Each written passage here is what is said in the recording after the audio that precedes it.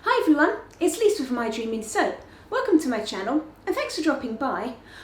This video is actually a couple of days late being uploaded, and that's because I've been really busy doing a big update on the I Dream in Soap shop.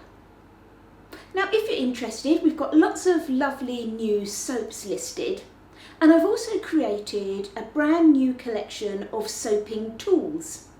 So you'll find things like embed moulds to make cats and honey pots.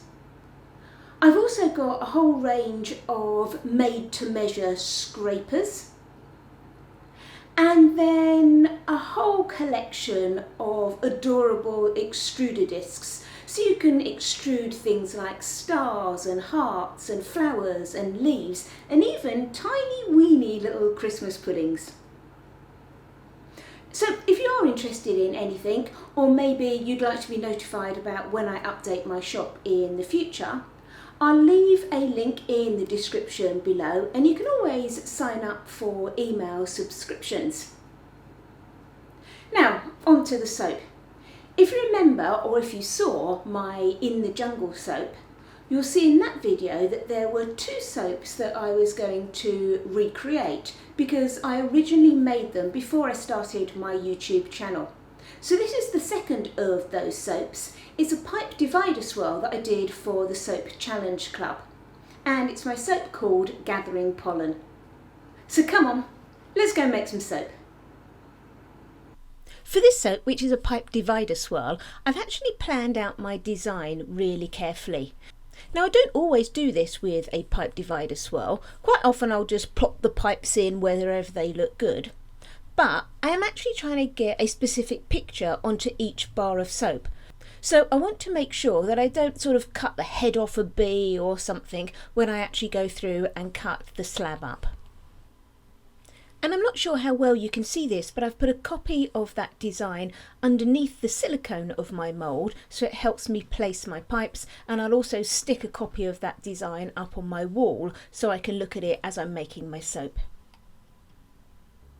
Now you can't just put your pipes into your mould and leave them there, because as soon as you pour your soap in, they're just going to float around and you're going to end up with some weird puddles. So I've just got some melted soy wax here. You could use anything. You could melt some cocoa butter, something that at room temperature is actually going to go stiff again. So clearly you're not going to want to use some olive oil or something. And then just gently dip the very end of each of your pipes into that wax, and then pop them into your mould in the positions that you need them. And then just depending on how cool your room is, you can either just leave them until whatever it is you've put on the bottom has solidified, or pop them in the fridge for maybe half an hour or so. I do need quite a few different colours because of the picture I'm trying to create, but also as well with especially those like little tiny pots that you see there, I'm just trying to use up some old little bits of colourants that I got for testers, and I've never really seen fit to reorder them because I've had other suitable colours. So it's just a chance to make sure I just use up some odds and ends. If you do want to know what colours I'm using, I will list them in the description box below. I've worked out how much soap I need for each element of my design, and then I've dispersed all of my micas in some oil. Now if you don't fancy spending time calculating how much soap you need for inside and outside your pipes and all of that sort of stuff, I have actually made a spreadsheet which will do all of that for you. I'll put a link to that spreadsheet, guess where, in the description below, and also a link to another video where I've gone through the spreadsheet in detail, so I'm not going to go through it here. For this design, it's really important that we mix up our entire batch of soap batter together, because we need everything to stay at the same sort of fluid consistency for when we try and swirl at the end. So it's super important to make sure that you can keep your soap batter fluid. So think about the recipe that you're using. Is it a slow tracing recipe or does it trace quickly? Think about your temperature. Can you get your temperature a little bit lower? I always soap between 80 and 90 degrees. Also things like stick blending. Make sure you're really happy at spotting emulsion. We're not going to blend further than that. all of those things are really important in helping you to keep a fluid batter. And then, of course, the most likely candidate for giving us problems, our fragrance oil. Make sure you're choosing a fragrance oil or essential oil that you know will not accelerate your trace. Now, with everything brought to emulsion, we need to be really efficient about splitting all of our colours out. So once I've dispersed all my micas, I like to write the amount of batter I need and fragrance oil onto each of the containers, and that allows us to be much quicker when we're separating everything out. I'm using a variety of jugs and squeeze bottles for my pour. Now, if you hate washing up squeeze bottles, there's no need to use them. I just find them easier for getting inside, especially those smaller pipes. But if you just want to use jugs, then that's absolutely fine. And then very last of all, I'll add my well-behaved fragrance oil. I'm using Cherry Blossom from Gracefruit in the UK. So I'll just measure out what I need for each pot and give them a stir. Then just pop the lids on those squeezy bottles and give them a good old shake, and we're ready to go. So by now our pipe should be nice and firmly stuck to the bottom of our mould. And I'm going to start with the outside pour around the edges of the pipe first of all. Now I've just got two slightly different colours here. I don't want a real contrast on the outside because I want the patterns to come from what's being poured inside the pipes. So I'm just going to go round and pour bits from both of those jugs and mixing them together as I go through. So I'm getting some sort of swirling round the outside. Now when we're thinking about consistency of batter here, although we've talked about it needing to be thin, you do need to make sure that you do actually have a trace.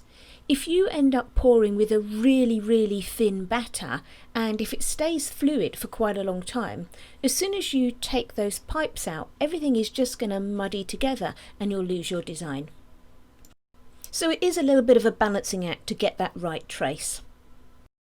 I'm just going to pour in about half the amount that I want for that base colour, and then the rest will pour in later.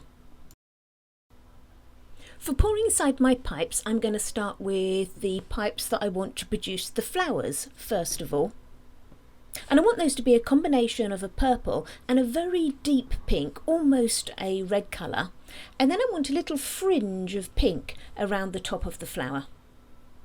So I'm just going to go through all the pipes that are going to be flowers, dropping a little bit of the red and the purple in.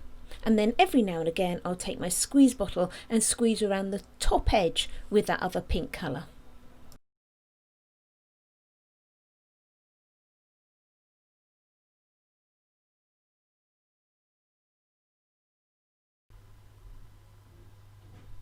And then I'm moving pretty quickly here as I swap to my yellow and black that I've got in the squeeze bottles, and I'm just going to use these to fill in these small pipes which will make my bee bodies.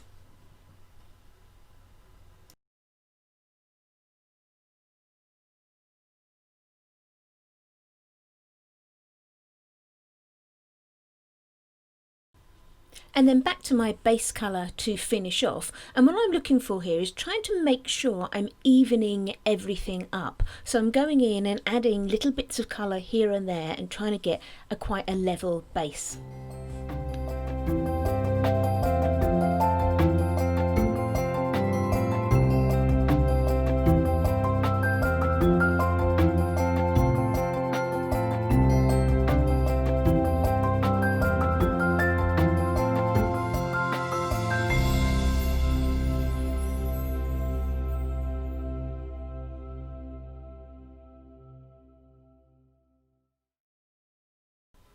Once we've got everything poured, we can now remove our pipes. So give them a twist to remove them off of the bottom and just dump them into another container. You don't want to be scraping them out into your design here. You can always scrape them out and make a little extra soap with them a little bit later on.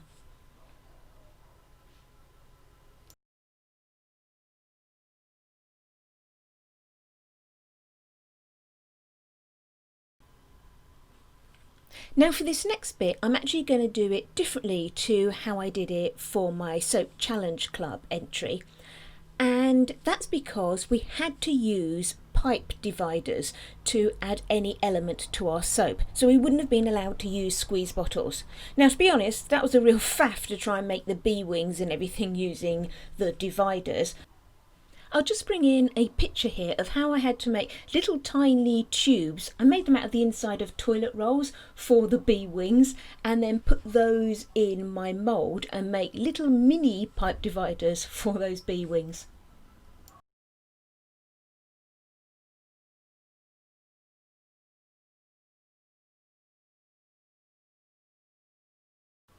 And then a similar thing to add the stem for the flower. Again, in my challenge soap, I had to actually include that as part of the pour into the pipe divider, but now I'm just taking advantage of a squeeze bottle again to bring in those stems.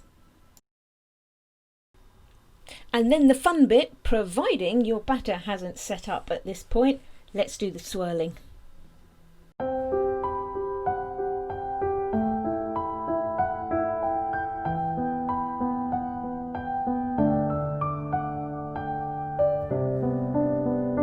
There's some stains on your photo,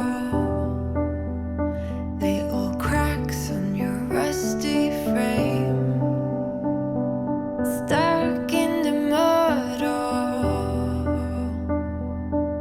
but it's okay. I don't have the pieces of you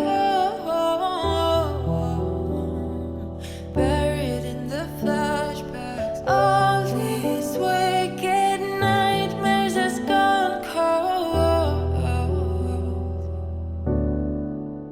Now we go way, way back, as far as way back goes.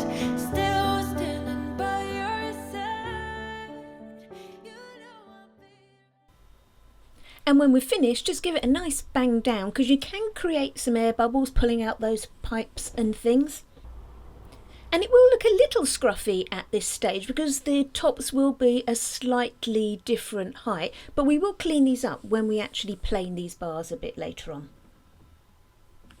So I'm going to wrap this and CPOP it, so into the oven at 75 degrees centigrade. Turn the oven off as soon as the soap goes in there, and that will force gel on the soap. Remember, you may not need an oven to force gel on your soap, just depends on how much water you use and your recipe, whether you've got any additives, sugars, that type of thing in your soap.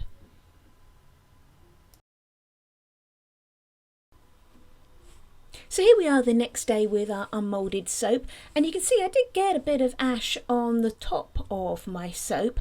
I didn't spray it with any rubbing alcohol or anything, and that's because I know I'm going to be planing these bars anyway. Now I never find cutting this type of slab very exciting because you sort of know what the design looks like anyway. So I'm just going to cut it into the 6 bars that I had planned. Then I'm just going to, again, leave it alone for another day or so, and then I'll bevel and plane it to finish it off.